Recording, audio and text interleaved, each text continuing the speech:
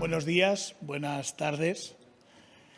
Como sabéis, vamos a compartir ahora este momento de encuentro a través de la propuesta de Dies Academicus que realizamos desde el Servicio de Pastoral de la Universidad. Quiero recordar el sentido de estas jornadas que sabéis que se realizan durante el curso académico y que tienen como finalidad, pues, poner en unión, a través de la reflexión, la razón, la fe y la vida de las personas que formamos parte de la universidad a través de temas, tópicos o autores que vienen a hablarnos de distintas temáticas que se pueden dar en nuestro entorno y en nuestra vida. Y justamente hoy el tema que hemos elegido creo que se puede decir que es un tema de mucha actualidad. Actualidad porque al fin y al cabo parece que desde que apareció estos conceptos de inteligencia artificial, sus marcas, ChatGPT, etcétera, pues parece que como que se han puesto muy de moda y que todos tenemos que saber lo que es y sobre todo todos tenemos que saber utilizarlo. Pero creo que es bueno que cuando algo nuevo irrumpe en nuestra vida, pues también lo afrontemos desde el ámbito de la reflexión, sobre todo para ver cuáles son sus implicaciones y sus consecuencias. Y para eso, pues hemos pensado que quien mejor nos podía ayudar a profundizar y a reflexionar era el doctor don Agustín Domingo Moratalla, a quien hoy hemos invitado para que nos haga esta exposición que lleva por título El mito de la inteligencia artificial, consecuencias éticas, políticas y religiosas. Antes de darle paso, sí que voy a aprovechar para presentarle un poco, aunque sé de sobra que para muchos de vosotros ya es bastante conocido. El doctor don Agustín Domingo es catedrático de Filosofía Moral y Política en la Universidad de Valencia, donde dirige el máster de Ética y Democracia. Estudió en la Universidad Pontificia de Comillas, fue becario de la Fundación Oriol Urquijo, Fellow Hoover en la Universidad Católica de Lovaina. Ha realizado estancias en varios centros internacionales, la Universidad Católica de América, Boston College, la Universidad de Padua, es miembro de los institutos Jacques Maritain y Emmanuel Mounier, catedrático de bachillerato, el número 1 en oposiciones y encargado de la cátedra en la Universidad Pontificia de Salamanca. Tiene reconocidos 5 sexenios de investigación y ha dirigido 25 tesis doctorales. Me parece una barbaridad, pero qué maravilla, Agustín. Otros terminarán pronto, sí. Puso en marcha también las titulaciones de periodismo en la Universidad Pontificia de Salamanca, la de Ciencias Políticas, aquí en nuestra casa, en la Universidad Cardenal Herrera, director general de la familia de menor y adopciones en la Generalitat Valenciana del 2001 al 2003, vicepresidente del Comité de Ética del Hospital Clínico y director de la WIMP en Valencia del 2013 al 2020.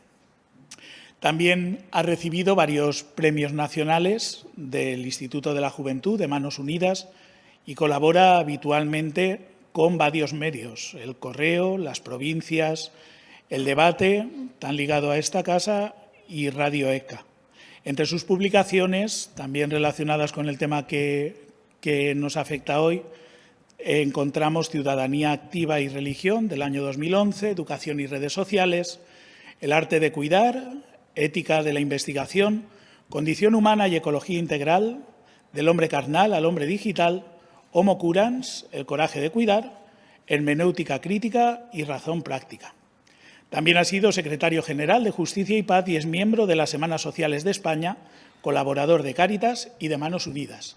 Y además, por si esto fuera poco, también es el secretario del Centro de la ACDP aquí en Valencia.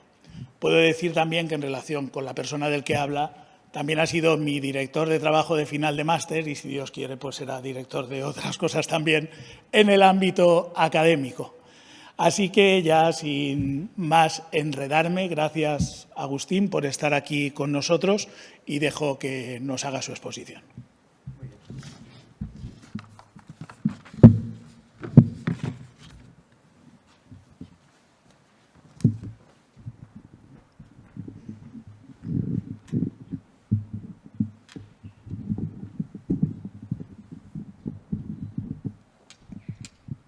¿Se oye bien? Se baja. ¿Ahora? ¿Sí? Perfecto. No toquéis. Bueno, buenos días a todos, buenas tardes ya.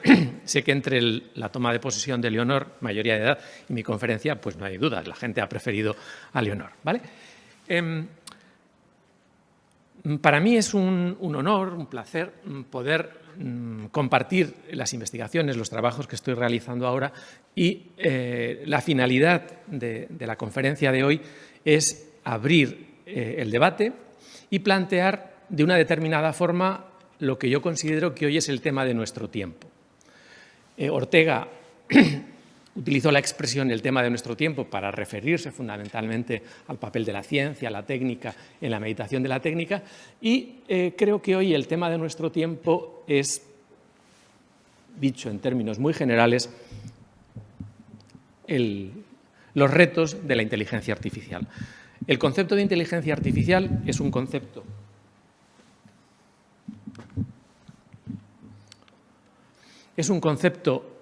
impreciso, pero en el imaginario, funciona bien, en el imaginario social y político desempeña una función y un papel importante, de tal forma que si oímos los medios de comunicación, si leemos la prensa y si estamos dentro de lo que sería el imaginario cultural en el que nos movemos hoy, esto es un poco rebelde, ¿eh? ¿Ya? ¿Sí? ¿No se caerá? Bueno, gracias.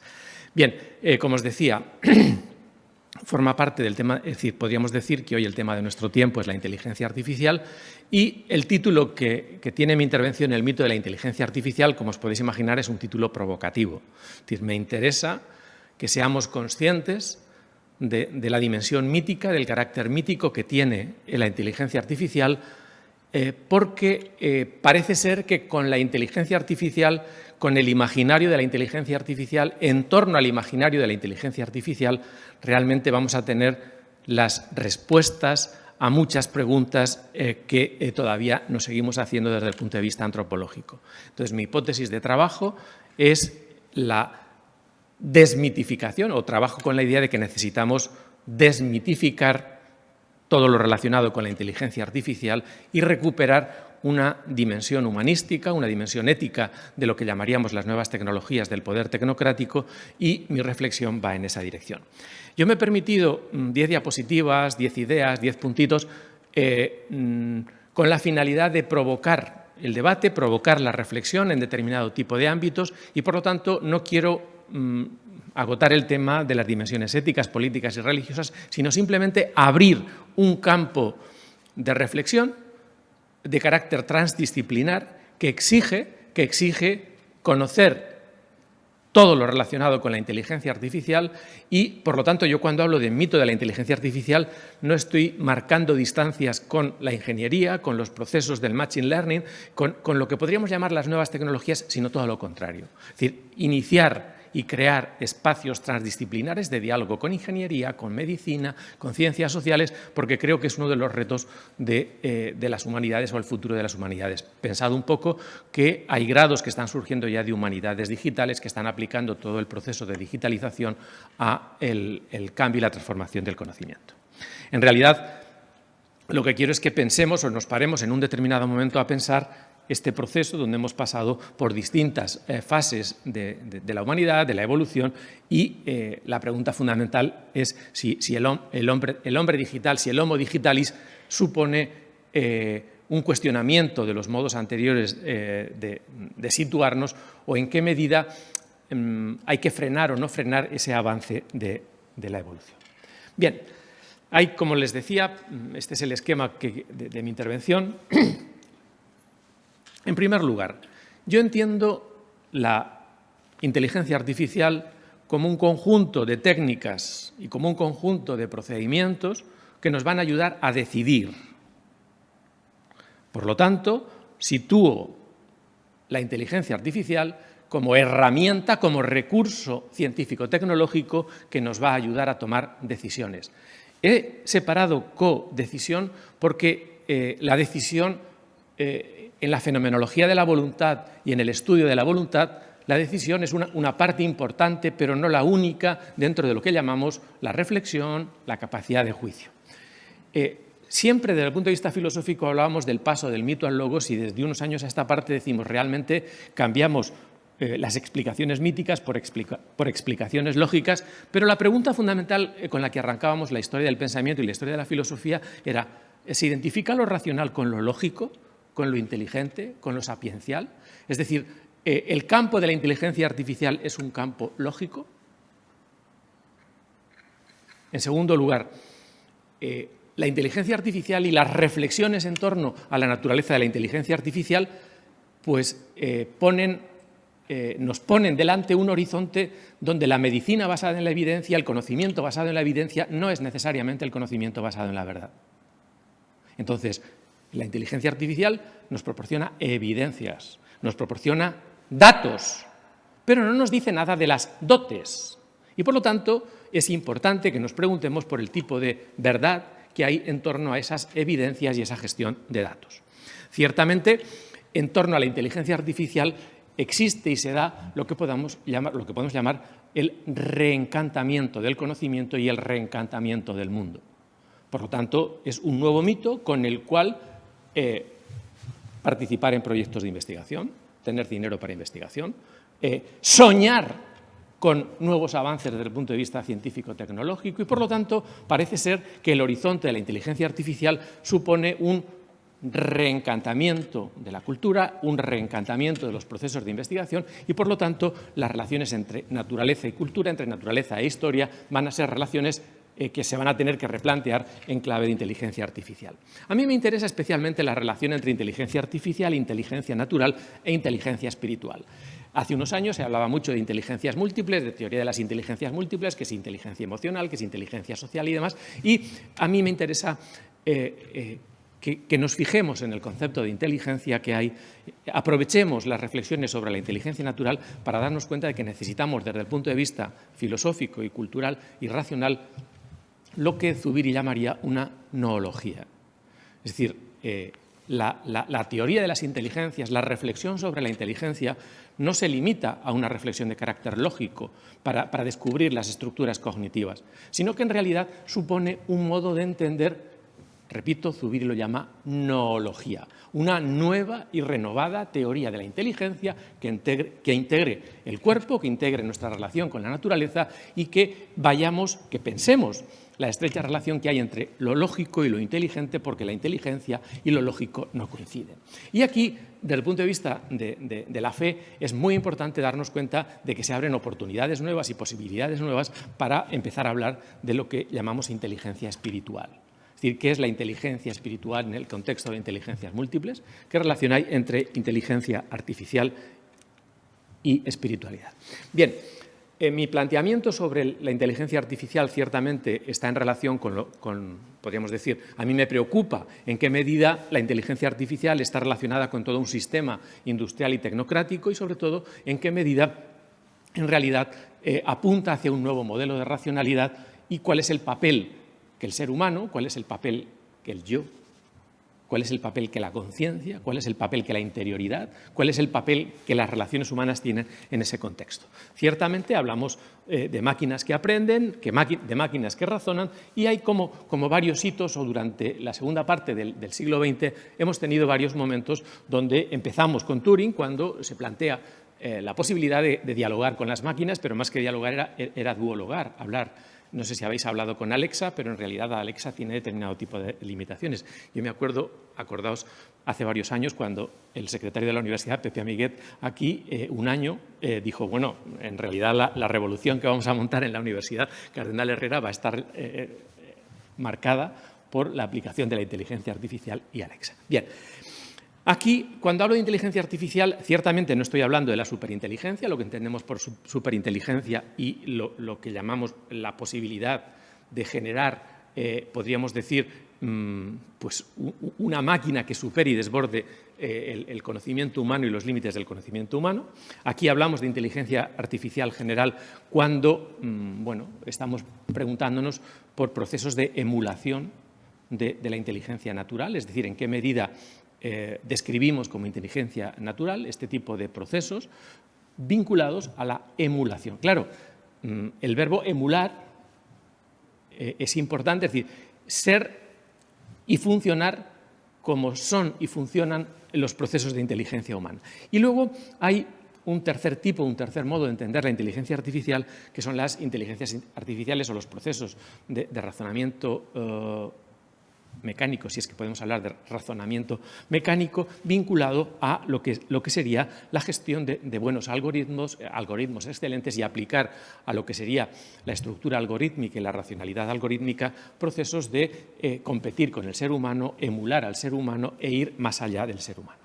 No se trata, cuando yo me planteo la posibilidad de una ética de la inteligencia artificial, no la planteo como una ética de las máquinas o de los sistemas inteligentes, sino me estoy planteando la posibilidad de tener recursos o disponer de recursos que ayuden a la decisión. Y esto es importante porque, y esto nos llevaría a otro tema, y es el tema de los sesgos.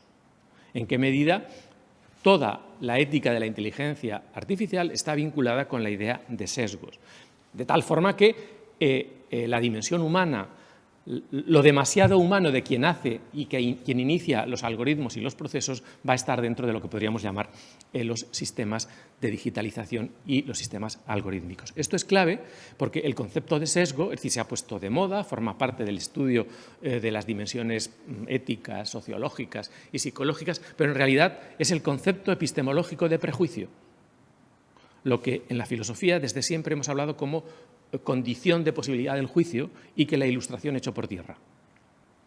Por lo tanto, la presencia de los sesgos en la inteligencia artificial está vinculada a la legitimación de los prejuicios como herramientas fundamentales para gestionar el conocimiento. No quiero decir que haya que gestionar el conocimiento y la búsqueda de la verdad desde los prejuicios. Estoy diciendo, quien no conoce los prejuicios desde los que juzga, realmente acaba siendo prisionero de ese tipo de prejuicios o ese tipo de sesgos. Por lo tanto, una de las tareas éticas fundamentalmente en inteligencia artificial consiste en el descubrimiento de aquel tipo de prejuicios con los cuales trabajas científica y técnicamente. Y veréis que no se va a utilizar la palabra prejuicio porque la palabra prejuicio ha sido desterrada de la investigación filosófica y científica por la Ilustración, pero es muy importante caer en la cuenta que, bueno, Heidegger tiene textos importantes sobre el tema de los prejuicios, Gadamer en 1960 tiene un capítulo de Verdad y Método donde habla de la rehabilitación del prejuicio, y hoy esa rehabilitación del prejuicio como condición de posibilidad del juicio se realiza a través de lo que ahora en ciencias sociales y desde el punto de vista, vamos a llamarlo, psicocognitivo, llamamos sesgo. Bien, yo prefiero la palabra prejuicio. Estamos en un momento importante ahora. La Unión Europea se ha tomado en serio la inteligencia artificial y está discutiendo o nos va a proponer un reglamento para gestionar y evaluar los riesgos de la utilización de la inteligencia artificial y de los sistemas de inteligencia artificial. Por lo tanto, realmente tenemos que darnos cuenta de que estamos en un momento de transición, en un momento importante que va a reclamar de nosotros determinado tipo de responsabilidades. Bien, ¿por qué desmitificar la inteligencia artificial? En primer lugar, porque la inteligencia artificial realmente se nos presenta solo como el universo de los datos, la civilización de los datos, pero desde el punto de vista humanístico y desde el punto de vista ético, ciencias de datos producen hombres de datos. Sin embargo, en las humanidades, en la educación moral, es importante darnos cuenta de que somos animales dotados, animales con capacidades, somos seres humanos que tienen dotes y no solo datos. Este concepto, este juego entre datos y dotes es importante porque nos va a llevar a decir hay determinado tipo de insuficiencias en esta civilización de los datos. Primero, ¿por qué desmitificar? En primer lugar, por el dogma de la neutralidad. Observen ustedes los documentos oficiales del Gobierno de España o de la Generalitat Valenciana sobre inteligencia artificial. Son documentos que dan la impresión de que la inteligencia artificial es inodora, insípida, incolora y que vale para la derecha, para la izquierda, para el capitalismo, para el comunismo y en realidad es neutral. Eso es mentira. Como todo producto científico-tecnológico, tiene determinado tipo de carga moral y, por lo tanto, como ciudadanos tenemos derecho a sospechar de que cualquier producto científico-tecnológico responde a un determinado tipo de intereses y, por lo tanto, esos intereses no quiere decir que no sean legítimos, pueden ser legítimos, pero, repito, analicen los documentos donde se nos presenta como una herramienta neutral. Nos va a hacer más altos, más felices, va a generar el bienestar, va a estar por encima de las ideologías, algo como los Objetivos 2030 y como los ODS, pues en la misma línea. En segundo lugar, la inteligencia artificial se nos presenta como un horizonte de razón total. Lo va a explicar todo. Y, por lo tanto, necesitamos desmitificar esa pretensión de dar explicaciones a todo a través de la inteligencia artificial. En tercer lugar, es la fuente de rentabilidad. Si usted quiere tener un proyecto de investigación, si quiere tener una empresa, si quiere entrar en los fondos Next Generation, pues, ¿cuál es la clave? Pues utilice la digitalización, hable de digitalización, dése cuenta de que la inteligencia artificial va a ser fundamental. Con ello, estamos en el campo de la robotización y estamos dentro de lo que vamos a llamar, y esto es muy bonito desde el punto de vista ético, estamos ante un modelo de civilización caracterizada por la aceleración sin fin. Hemos puesto el acelerador a un determinado tipo de desarrollo industrial, de procesos, pero no sabemos dónde nos lleva. Helmut Rosa y la tradición de las últimas generaciones de la Escuela de Frankfurt lo ha dejado muy claro. Es decir, la aceleración también genera alienación. Las nuevas formas de alienación están vinculadas con los procesos de aceleración. Y mi hipótesis de trabajo, o al menos a mí lo que me interesa plantear, es en qué medida este tipo de aceleración tecnológica, este tipo de procesos aparentemente neutrales, en realidad promueven la ruptura de los vínculos fundacionales humanos. Es decir, en qué medida nos hace más átomos, nos hace más individuos y, en realidad, fragmenta o empobrece las relaciones humanas de alguna forma. Creo que la inteligencia artificial, esta es la portada del libro de Eric Seden, pero hay determinado tipo de oportunidades y amenazas. Es decir, es importante darnos cuenta de que la inteligencia artificial, podríamos decir, es la locomotora de los nuevos procesos de industrialización, pero también hay determinado tipo de límites que hay que pensar. Es una herramienta de apoyo a la decisión, eso es fundamental, pero también es verdad que aparece como la posibilidad de biomejora de la especie humana. Los procesos de biomejora de la especie humana están vinculados a desarrollos tecnológicos, a conocimiento, a predicción, a pronóstico y tal. Y algo que va a ser muy importante y que es cada vez más importante y es, en realidad, la digitalización, la inteligencia artificial aplicada a procesos de control social supone un nuevo despotismo. Es decir, estamos a las puertas de lo que podríamos llamar el despotismo digital. Cuando se instale el euro digital, cuando haya cámaras en todas las esquinas, cuando el Estado sea un Estado digital totalmente, la pregunta será: ¿y la libertad individual y el ciudadano dónde quedará? Por lo tanto, los retos son muchos. Bien, no voy a desarrollarlo, pero creo que hay una cuestión clave y es el concepto de tiempo con el que se trabaja en inteligencia artificial. Yo les pido a ustedes que analicen las narrativas de los ingenieros cuando hablan de inteligencia artificial. Se creen que solo existe el tiempo de la física, solo existe el tiempo de los planetas y, por lo tanto, realmente en la inteligencia artificial hay una historia, que es la historia de la civilización, que progresa aceleradamente. En la inteligencia artificial hay una historia personal, una historia donde los sesgos, las discriminaciones son importantes y hay una gestión e instrumentalización de mis propios datos. Problema ético primero con el que nos encontramos: mi consentimiento. ¿Hemos dado consentimiento para el uso de todos esos datos? Sí o no. Posibilidades. Pues para el humanismo convencional la inteligencia artificial es una amenaza. Para el transhumanismo es un peldaño para el progreso. Las sociedades que no desarrollen sistemas de inteligencia artificial realmente se van a quedar retrasadas. A veces, cuando situamos a España o la Unión Europea en un contexto u otro, esto aparece. Y la plausibilidad del discurso de la inteligencia artificial está vinculada a la aceleración del bienestar. Parece ser que si uno no tiene un móvil, un ordenador de última generación y no sabe usar el ChatGPT, parece como si uno fuera un retrasado mental y no hubiera progresado como tiene que bienestar. Es decir, los niveles de felicidad y bienestar no los vas a conseguir porque no tienes ese tipo de tecnología. Si yo preguntara aquí, ¿cuántos de los que están aquí no tienen WhatsApp? No hay ningún idiota digital. Todos queremos estar alfabetizados y formamos parte de esa civilización. Pero claro, ahora en clase, cuando yo pregunto sobre este tipo de cuestiones, no hay nadie que no tenga WhatsApp, no hay nadie que no tenga correo electrónico, no hay nadie que no tenga móvil.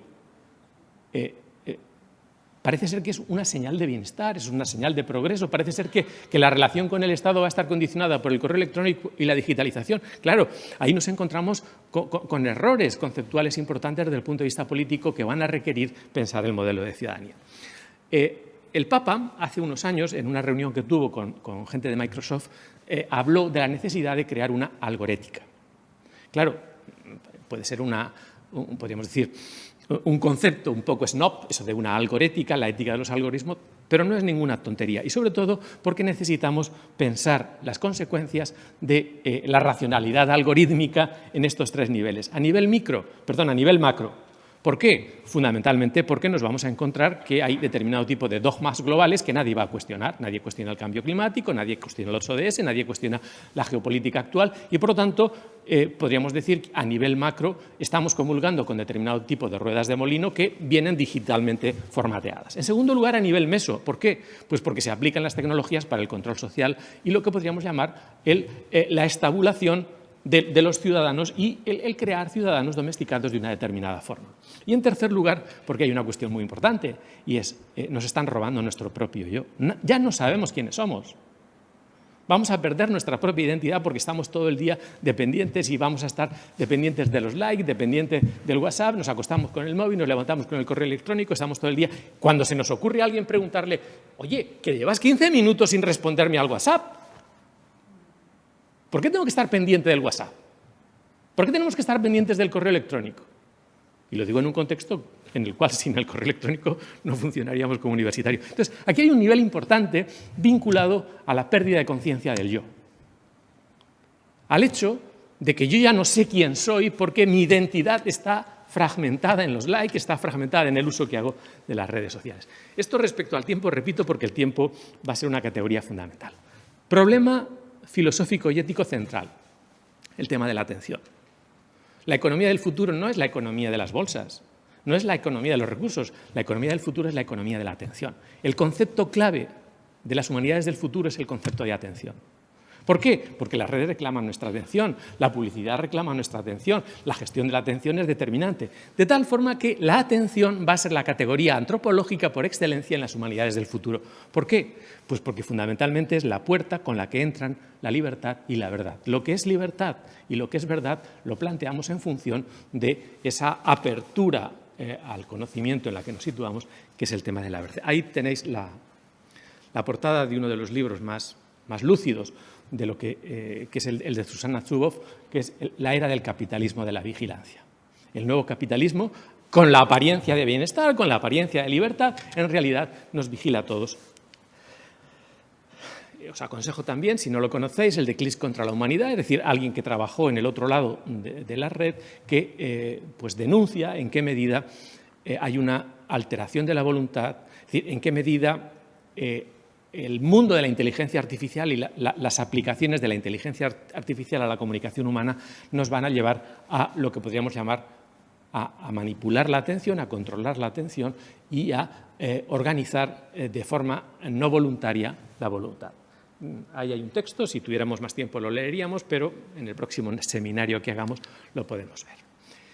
Hoy, cuando hablamos de construir una algorética para una sociedad de la vigilancia, tenemos que darnos cuenta de que los factores de producción ya no son la tierra, el trabajo, el capital y la experiencia, sino que ahora los nuevos factores y las nuevas riquezas están vinculados a los bancos de datos, a la economía de los datos y a esa gestión de la atención en los nuevos datos. De tal forma que los nuevos profesionales y las profesiones del futuro están vinculadas a esta gerencialización de la dataficación, por llamarlo de alguna forma. La nueva ética o la nueva algorética tiene que contar con Google, con Apple, con Facebook, con Amazon, lo que tradicionalmente se llama GAFA. Pregunta fundamental: ¿y qué modelo de sociedad vamos a construir? ¿Qué política social vamos a construir a partir de estos procesos de inteligencia artificial? ¿Cómo vamos a organizar los sistemas de protección, de reeducación de jóvenes, las residencias de mayores? Es decir, ¿vamos a robotizar las residencias de mayores porque realmente en lugar de tener un fisioterapeuta en el gimnasio nos conviene tener 2 robots que funcionen bien y que hablen con los ancianos cuando tengan que superar un determinado tipo de enfermedad? Entonces, la robótica de los cuidados va a ser una especialidad muy importante. ¿Por qué? Pues porque esta aplicación de los sistemas de inteligencia artificial a los servicios sociales y al modo de entender la sociedad va a ser clave. Yo os aconsejo un librito de María Ángeles Durán. Ese libro recoge una serie de trabajos de la profesora María Ángeles Durán y está publicado aquí en la Universidad de Valencia, que lleva por título La riqueza invisible del cuidado. Y viene a decir, las profesiones del futuro y los profesionales del futuro estarán relacionados con actividades vinculadas al cuidado. Y tiene una frase, yo la suelo utilizar bastante porque es muy escandalosa y hace pensar, fijaos, creo que la tengo ahí, sí, desde la contabilidad, la frase es muy bonita, dice, desde la contabilidad nacional, el nacimiento de un niño reduce la renta per cápita, en tanto que el de un cordero la aumenta. Se considera activo al que cuida de los corderos, pero al que cuida de los niños sin cobrar se le considera clase pasiva. Sin embargo, pocos podrán poner en duda que gestar y dar a luz un niño es trabajoso, que cuidarse es una ocupación absorbente y que los niños son más necesarios para la sociedad que los corderos. Es decir, tenemos que tener cuidado con la aplicación de estos sistemas de decisión al ámbito de las relaciones humanas y las relaciones sociales, porque entonces podemos creernos que el lenguaje de las ciencias sociales, el lenguaje de la economía matematizada y algoritmizada es el único lenguaje de la realidad social y caemos en un error. ¿Por qué? Fundamentalmente porque caemos en el error de entender que la inteligencia artificial se identifica con esa razón dominadora o esa racionalidad científico-técnica. Mi hipótesis de trabajo, o al menos con lo que yo estoy trabajando, es con la idea de sociedad de los cuidados y con lo que podríamos llamar completar las éticas de la justicia con las éticas del cuidado. ¿En qué medida? El incidir en los datos nos lleva a olvidarnos de las dotes y, por lo tanto, la posibilidad de fortalecer los vínculos, de repensar las relaciones humanas, de reconstruir valores de sociedades, realmente está vinculado a lo que llamaríamos, o a lo que yo llamo, pues, esa complementariedad de justicia y cuidado. Pero nosotros, como académicos, como profesores universitarios o como universitarios, tenemos que empezar a utilizar la expresión la cordialización de la inteligencia. Es decir, darnos cuenta de que la inteligencia está vinculada al corazón, está vinculada a los cuidados y está vinculada a lo que llamaríamos, o a lo que yo llamo, el cuidado generativo. A veces aplicamos el concepto de generatividad al ChatGPT. ¿Os suena? Utilizamos la generatividad, ¿por qué? Pues porque es capaz de crear, de recrear. No, la generatividad éticamente tiene un significado totalmente distinto, no reproduce lo que ya hay. Si estudiamos la psicología de Erikson, supongo que os sonará, Erikson cuando dice, la posibilidad de salir de una crisis está relacionada con la generación de algo nuevo.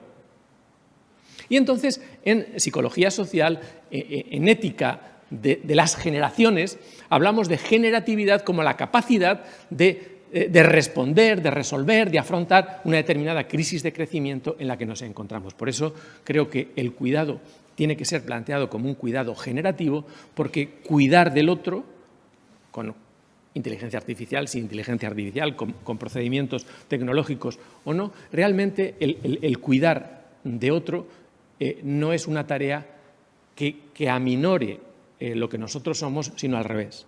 Es decir, en realidad, cuando uno da parte de su tiempo como voluntario, cuando uno cuida de los demás, en realidad está creciendo. Es decir, el cuidado de los otros, lo que podríamos llamar el hacernos cargo del otro, es una actividad generativa en el sentido de que no solo el otro va a recuperar su dignidad y va a crecer o va a recuperar su autonomía, sino que en realidad hace que yo sea lo que tengo que ser. Es decir, no solo doy un tiempo, no solo doy mi tiempo, sino que cuando yo estoy dando mi tiempo, cuando estoy ayudando a los demás, cuando estoy cuidando, realmente no solo doy de mí, sino que doy de sí.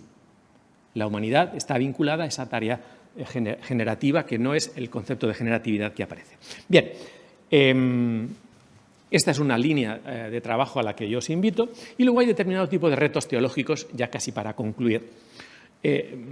La inteligencia artificial vuelve de nuevo a recuperar el mito de Prometeo y decir, bueno, vamos a volver a ser dioses y, por lo tanto, la inteligencia artificial, la gestión de la inteligencia artificial y el poder que nos proporciona la inteligencia artificial nos reclama el mito de Prometeo y nos vuelve de nuevo a recuperar ese carácter prometeico de los presupuestos Next Generation, las líneas de investigación, los institutos de inteligencia artificial, etc. De tal forma que no nos damos cuenta que más técnica está reclamando mayor sed de sentido. Nunca como ahora la gente había estado tan sola, nunca como ahora los índices de suicidio habían sido tan elevados y nunca como ahora la crisis de sentido era tan grande. Nunca como ahora los psicólogos han tenido tanto trabajo. ¿Por qué? Pues porque más inteligencia artificial, más digitalización, está muy bien, pero ¿y lo que da sentido a la vida de los usuarios, ciudadanos, clientes, personas? Nadie está pensando esa dimensión demasiado humana o brutalmente humana de las tecnologías. Entonces, a esa sed de sentido va a estar disponible para el último vendedor de crecepelo que venga. Y tú vas a comulgar con las ruedas de molino de cualquiera que te pueda engañar desde el punto de vista espiritual. Y son tiempos para nuevas espiritualidades. Bien, en segundo lugar, hay una pregunta muy bonita y es si el camino para acercarnos a Dios es el camino de la inteligencia. ¿Qué tipo de inteligencia hay que tener para acercarnos a Dios? Porque no está nada claro en la historia de la teología que la inteligencia sea el mejor camino para acercarnos a Dios. Por lo tanto, las reflexiones sobre inteligencia artificial nos llevan también a preguntarnos pues, si es posible hablar de Dios sin el ser, Dios sin la inteligencia y si Dios tiene que ver con la ausencia o la negación del conocimiento o no. Lo dejo ahí porque en la historia de la teología es importante. En toda la teología, sobre todo de Santo Tomás y en la teología más clásica, Dios aparece como omnipotente, omnisciente, como si todo lo supiera y, podríamos decir, el crecimiento de Dios está vinculado al anonadamiento del sujeto. ¿Qué papel, qué relación hay entre la inteligencia artificial, entre los sistemas de inteligencia artificial que aspiran a saberlo todo y nuestra inteligencia teológica que estaba vinculada y pensaba a Dios desde la omnisciencia? ¿Dios sigue interviniendo en los algoritmos? ¿Sí o no? Aquí, y ya voy a terminar, hay un problema muy bonito y es la continuidad o discontinuidad que supone la algorética con la teología tradicional. Si hay un salto cualitativo entre la teología en tiempos de inteligencia artificial o hay una continuidad y hay que pensar esa continuidad. El tema fundamental es la relación entre materialidad y espiritualidad. Es decir, si la espiritualidad algorítmica necesita cuerpos o no, porque a lo mejor puede que no necesite cuerpos. Y entonces hay una pregunta vinculada a las relaciones entre mente y cerebro y empezamos el tema de las neurociencias.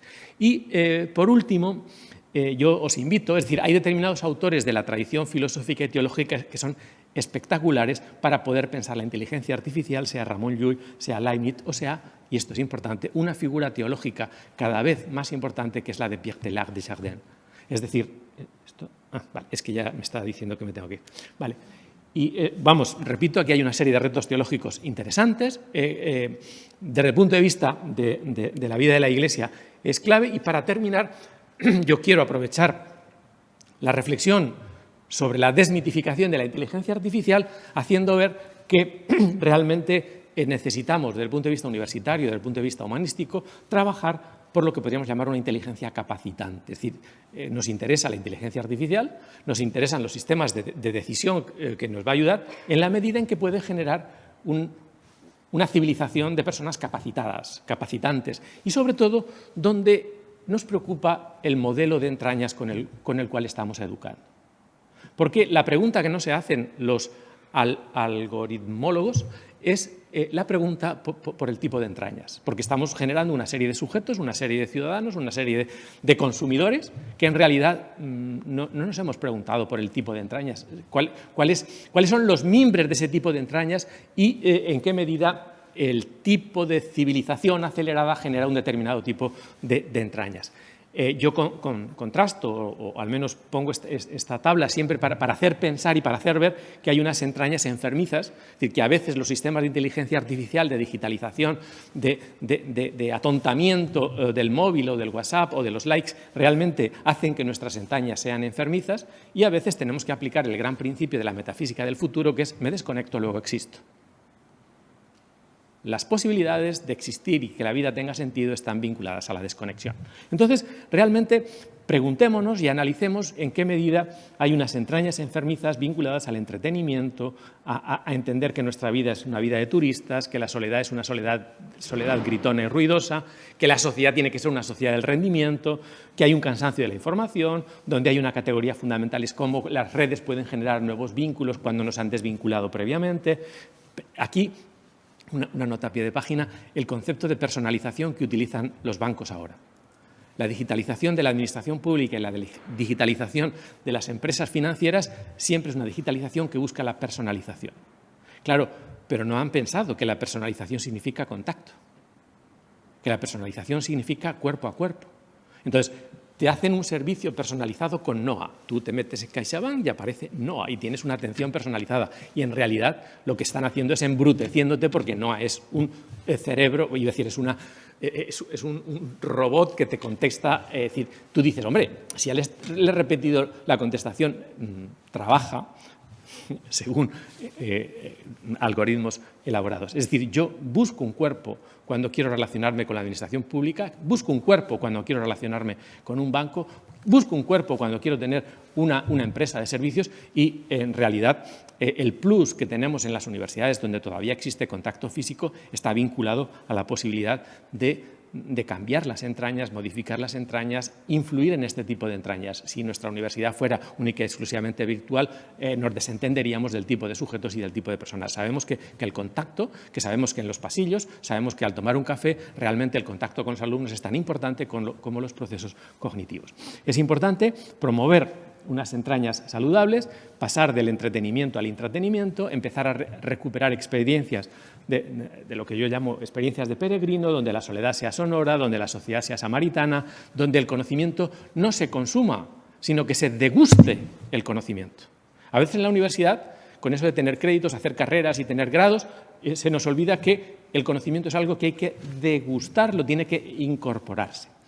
Y hablamos en lugar de la desvinculación, responsabilización, y es importante, en lugar de entender el tiempo como algo que se consume, el tiempo como algo que se vincula a la narrativa de promesas y confianzas. Es decir, hay un tercer modo, y esto nos llevaría a otro seminario de entender el tiempo, que sería darnos cuenta de que el tiempo de las humanidades no es el tiempo de los algoritmos, sino que es el tiempo de la promesa, el tiempo de la alianza. Bien. Para terminar, necesitamos vincularnos al futuro y entonces viene una reflexión sobre la espera y la esperanza. La libertad deberíamos entenderla como compromiso y, por último, necesitamos poner en el centro de nuestra reflexión la relación entre atención, meditación y contemplación. Creo que ya no hay nada más. Bueno, sí. Es muy importante terminar con una poesía.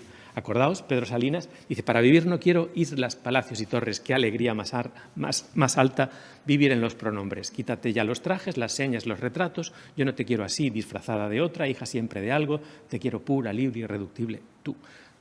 Sé que cuando te llame, entre todas las gentes del mundo, solo tú serás tú.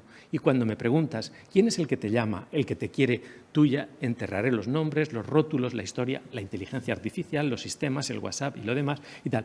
Iré rompiendo todo lo que encierra lo que encima me echaron desde antes de nacer y he vuelto ya al anónimo eterno del desnudo. De la piedra, del mundo, te diré, yo te quiero, yo soy. Es decir, es importante darnos cuenta de este poder de los pronombres, esta recuperación del tú, esta recuperación de los pronombres que a veces con los WhatsApps, con la inteligencia artificial, con la digitalización, se nos olvida. Hasta aquí mi intervención. Muchas gracias.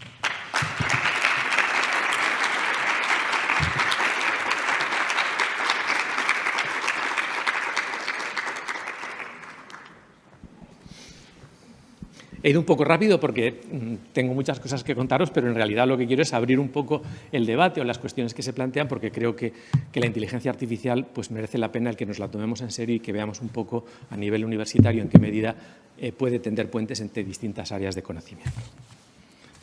Pues agradeciendo a Agustín esta degustación de conocimiento que nos ha hecho, abrimos ahora un turno de intervenciones para que pues también podamos aportar o aprovechar para preguntarle en este tiempo que tenemos ahora.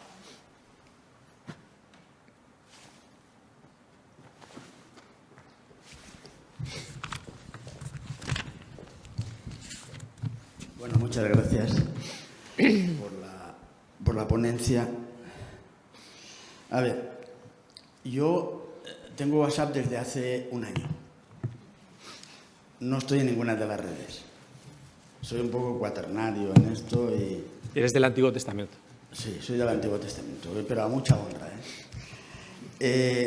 Entonces, la inteligencia artificial, yo pienso que evidentemente todo lo que puede servir como instrumento, lo has dicho, como automatización de procesos, como precisión, como tal, perfecto. Si no, No es inteligencia, según mi opinión, de lo que es la inteligencia. A mí me molesta que le llamen inteligencia artificial. Pienso, como Humberto Eco, que es un poco la invasión de los imbéciles.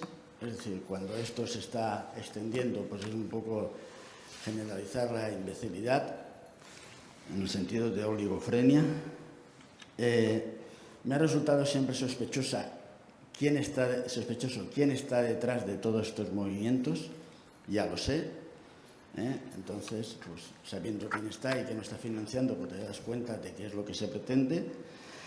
Al igual que cuando empezó todo el genoma humano, pues sabíamos quién estaba detrás de todos los estudios del genoma humano. Pero bueno, yo veo el futuro con esperanza. ¿Qué quiere decir? Pongo un ejemplo. Yo tengo un colegio en Bañeres. Hace 4 años vino un profesor a dar una conferencia y dijo que esto iba a ser el nada más. Yo, pues siendo también del Antiguo Testamento, dije que sí, pero que tendría los días contados. Y además, como soy un chulo, dije que en menos de 5 años, pues, diríamos lo contrario. Vino la semana pasada y dijo lo contrario. Faltaba 1 año para tal. ¿Por qué? Porque ya las tablets ya no son, ya estamos en los libros de texto otra vez, ya se está otra vez empezando a darse cuenta de lo importante que es esto. En mis clases las prácticas se hacen en papel, se hacen a mano, yo no dejo tener el móvil encima de la mesa, quiero que estén pendientes de mí, etcétera, etcétera, y la cosa funciona bien. Quiere decir que hay que ver esto con esperanza. Esto es una calentura en todo lo que supone extralimitar lo que es simplemente un instrumento que nos puede ayudar a decidir mejor. Esto es lo que quería decir. Gracias.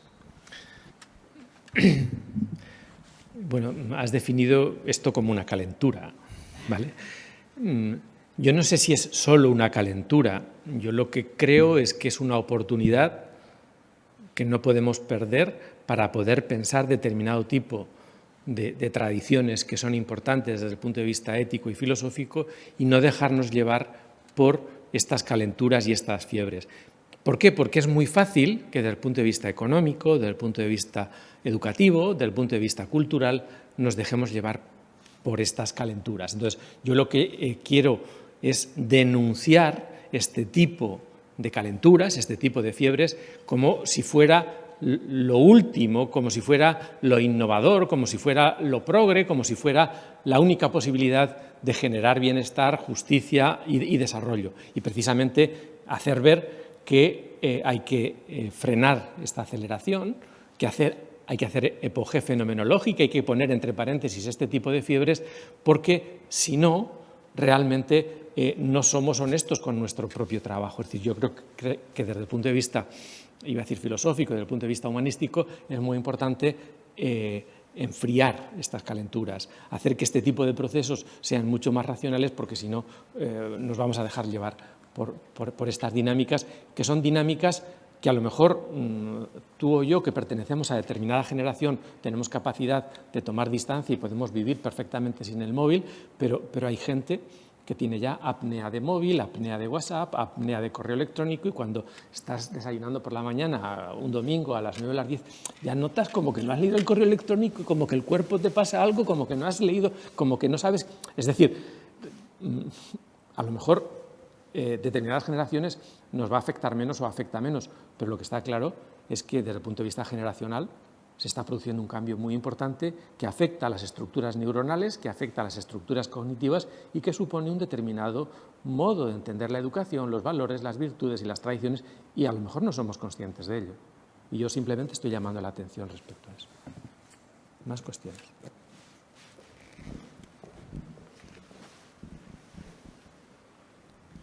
Profesor Moratalla, bueno, yo he compartido el espacio con otras compañeras también enfermeras y quería darle las gracias porque ha tocado el tema de nuestra razón de ser, que es el cuidado.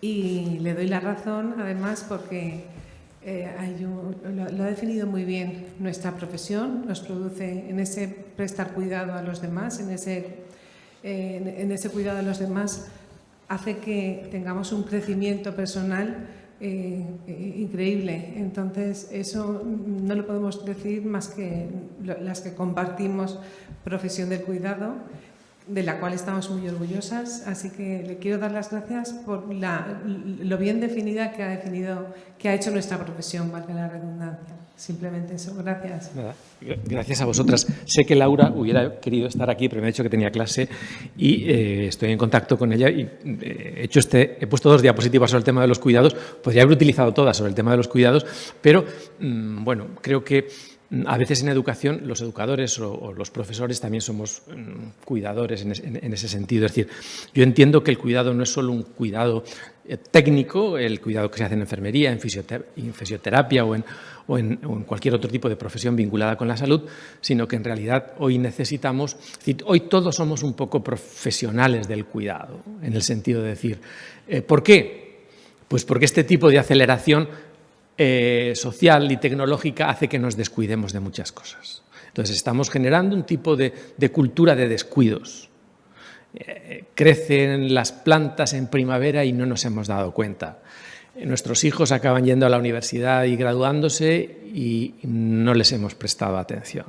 Nos hemos descuidado y pasamos el día descuidándonos de cosas importantes. Y entonces la ética del cuidado significa decir, párese, reflexione, medite, cuestione el concepto de tiempo con el que está trabajando, porque si no se va a perder algo importante y a lo mejor lo que pierde pues va a ser la vida que se te ha ido sin haberla degustado. Pero bueno, ya hacemos filosofía.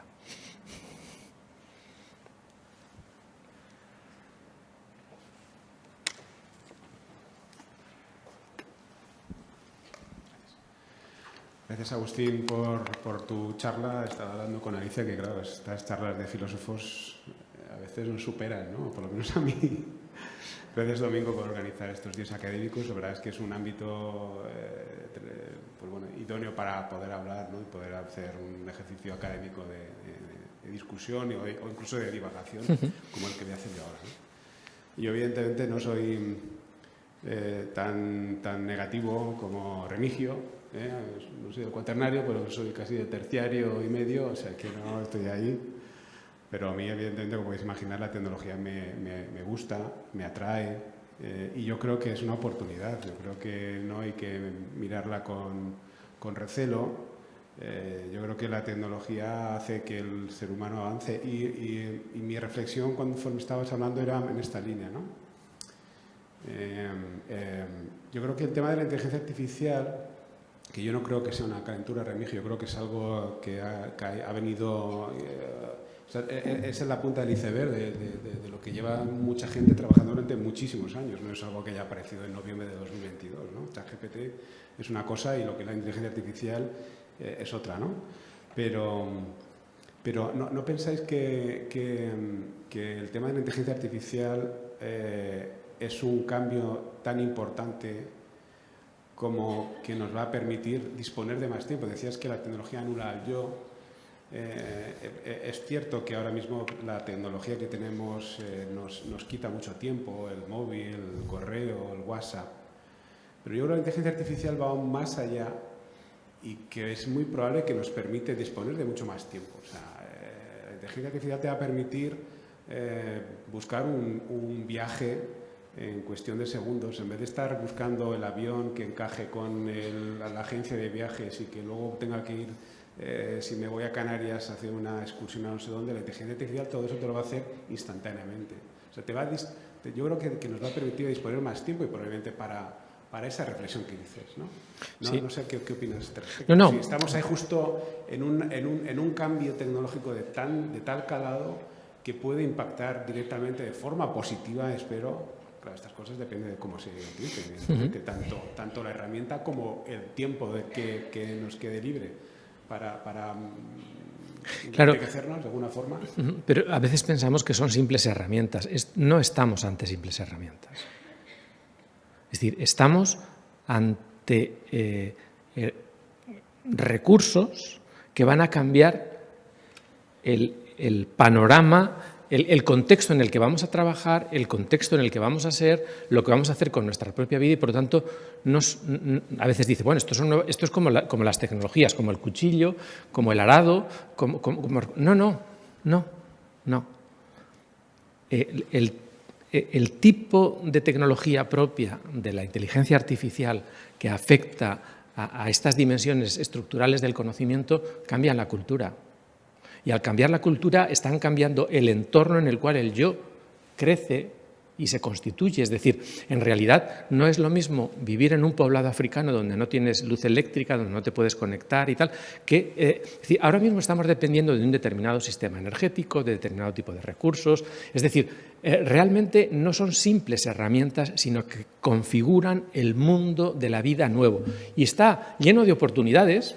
Yo creo que hay oportunidades espectaculares aplicadas al mundo de la sanidad, al mundo de la educación, pero observad un poco que el hecho de que hayamos introducido ordenadores en la gestión universitaria no quiere decir que ya no exista el personal de administración y servicios.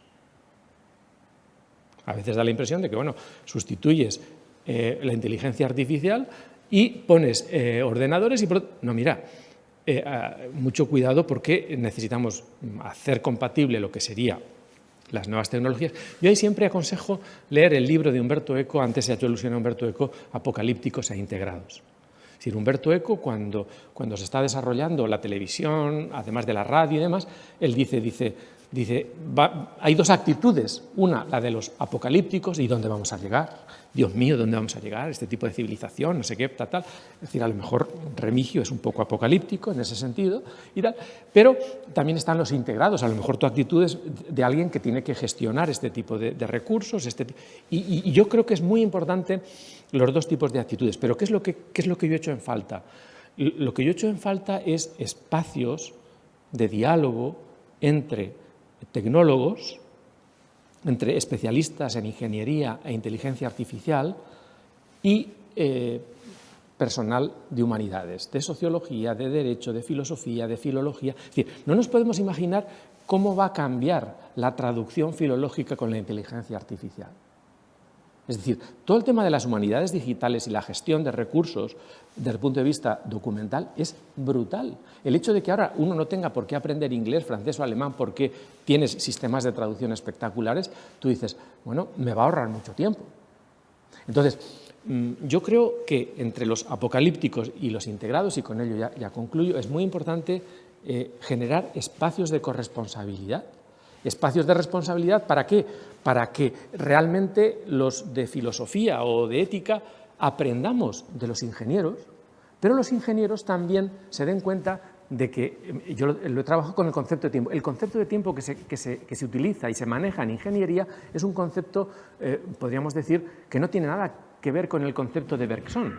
Es decir, cuando Bergson se enfrenta en los años 20, se enfrenta con Einstein, dicen, son dos conceptos de tiempo, el tiempo de la memoria y el tiempo físico. Pero claro, en filosofía trabajamos con un tercer concepto de tiempo, que es el tiempo de las promesas, que es el tiempo de la alianza, que es el tiempo de los compromisos, lo que yo llamo el tiempo 3. Entonces, ¿por qué no generar espacios de trabajo conjunto de carácter transdisciplinar para darnos cuenta de las consecuencias sociales de la inteligencia artificial, de la aplicación a la salud, la aplicación de la inteligencia artificial a las políticas públicas de cara a ahorrarnos mucho dinero y muchos recursos en lo que podríamos llamar pues, facturación electrónica, distribución de fármacos, etc. Y yo creo que las oportunidades son muy grandes. Ahora, no tengo claro que esas oportunidades las vayamos a utilizar para disponer de más tiempo libre. Es decir, necesitamos disponer de más tiempo, pero ya veremos luego si ese tiempo, ¿qué hacemos con el tiempo? Porque el problema es, ¿qué hacemos con el tiempo? Pero ¿qué tiempo es ese? ¿Es el tiempo de la familia? ¿Es el tiempo del compromiso? ¿Es el tiempo de la oración? ¿Es el tiempo de la espiritualidad? ¿O es el tiempo para tener tiempo para la play, para la conexión? Y entonces tú dices, ahora tienes más tiempo para conectarte. Es decir, acordaos cuando surgieron las plataformas o cuando nos empezamos a pagar por Canal Plus. ¿Os acordáis? En la Edad Media, cuando pasamos de la 1 y la 2 y entonces había pues Canal Plus y no sé qué. Y unos dicen, no, yo es que ya tengo todos, ya tengo la 5, la 3, no, pero mira, si solo tienes media hora por la noche para ver la tele. Y llega un momento en que dices, ya, me borro de Canal Plus, me borro de Digital Plus y tal, porque en realidad no tengo tiempo. ¿Por qué? Pues porque no te has dado cuenta, no has hecho esa reflexión sobre el tiempo vivido, el tiempo familiar, el tiempo de sentido, que es tan importante, que no es el tiempo mecánico.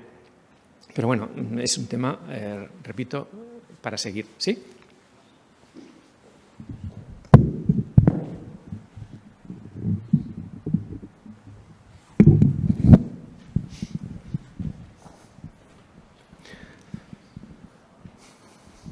Bueno, Agustín, muchas gracias por tu conferencia. Yo no sé si soy integrado o apocalíptico, pero sí que quería hacer una reflexión sobre esto, ¿no? Porque yo realmente estoy un poco preocupado por la inteligencia artificial. Y la verdad pregunta que me hago es, ¿dónde queda la persona? Es decir, ¿dónde queda el ser humano? ¿Dónde queda el hombre, ¿no? El otro día leía que en Estados Unidos los jueces toman decisiones en base a inteligencia artificial, deciden si van a dar la condicional a un preso o no en base a una aplicación de inteligencia artificial que ellos no saben realmente cuáles son los algoritmos que están en juego. Entonces toman decisiones en base a algoritmos que ellos desconocen y por lo tanto la empresa algorítmica realmente es la que ha tomado la decisión.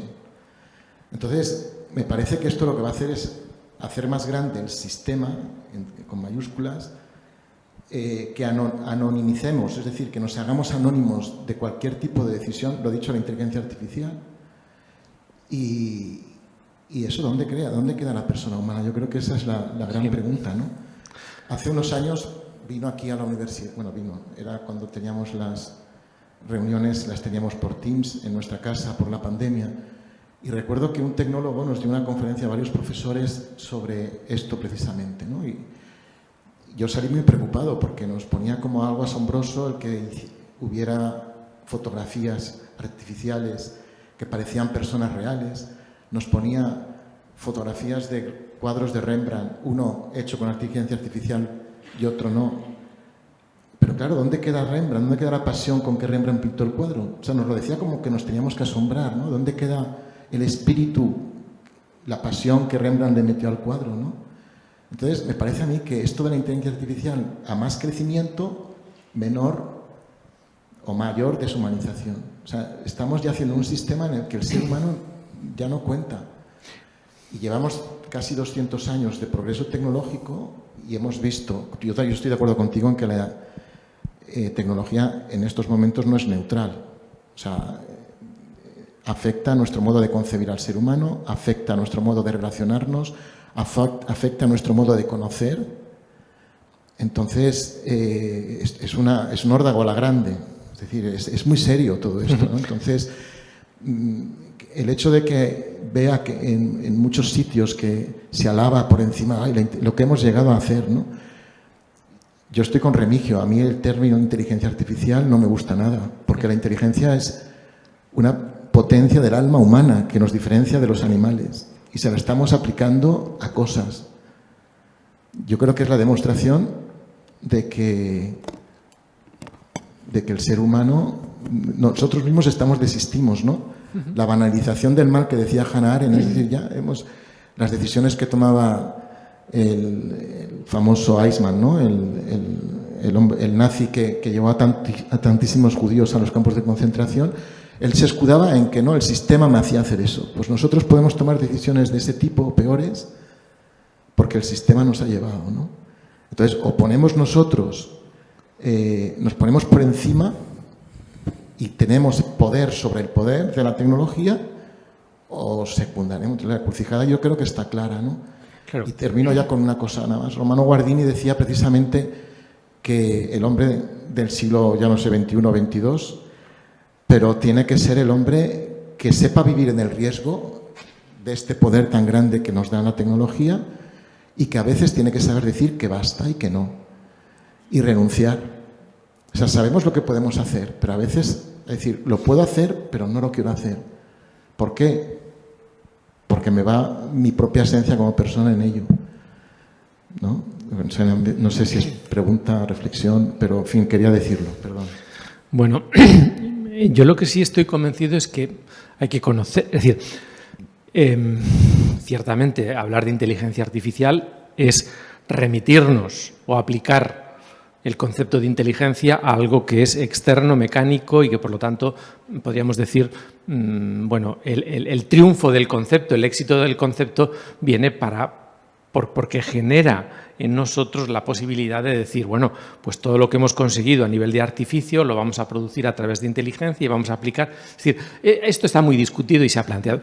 ¿Dónde está la cuestión o dónde está el meollo? Es decir, yo creo, o al menos considero que es muy importante en no perder el carro de la inteligencia, de lo que vulgarmente llamaríamos inteligencia artificial en este tipo de instituciones. Es decir, yo no puedo enfrentarme y oponerme a una dinámica de investigación y un determinado proceso de investigación social y darle la espalda a priori. Es decir, si me tomo en serio mi vida universitaria, es decir, otra cosa es que yo no me dedico a la universidad y no me dedique al conocimiento. Si yo me dedico a otra cosa, sí, pero como universitario o como profesor universitario o incluso como creyente, a mí me resulta muy preocupante y, por lo tanto, tiene que ser objeto de estudio y objeto de análisis todo lo relacionado con la inteligencia artificial.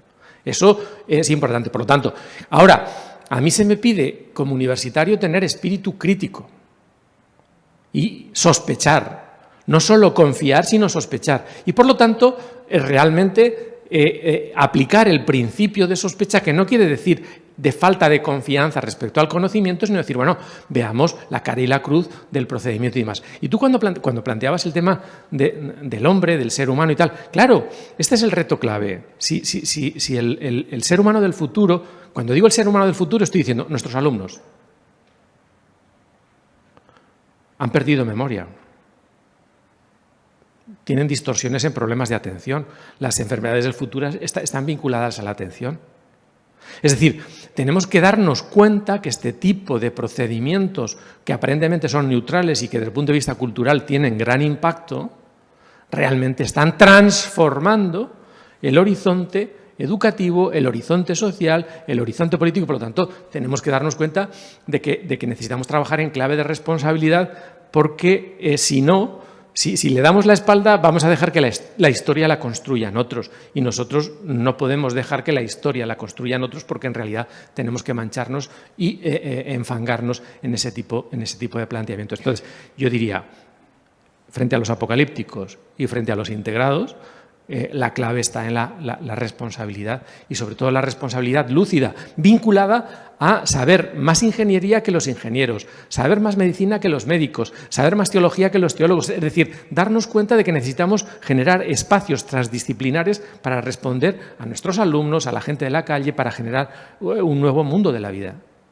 Y sobre todo, perdonad la frase, es decir, me desconecto, luego existo. Es decir, aunque sea revolucionario, tenemos que entrenarnos para la desconexión, porque nos gusta la conexión, porque nos seduce la conexión, porque creemos que es útil la conexión, pero por lo tanto a veces se nos olvida esa dimensión interior, ese yo que no hemos construido y no hemos edificado y yo creo que desde el punto de vista cultural, humanístico, ético y teológico es importante educar a nuestros alumnos para la desconexión reflexiva, racional, etcétera. No sé si hay más. ¿Sí? ¿Alguna pregunta? ¿Hay alguna? Sí.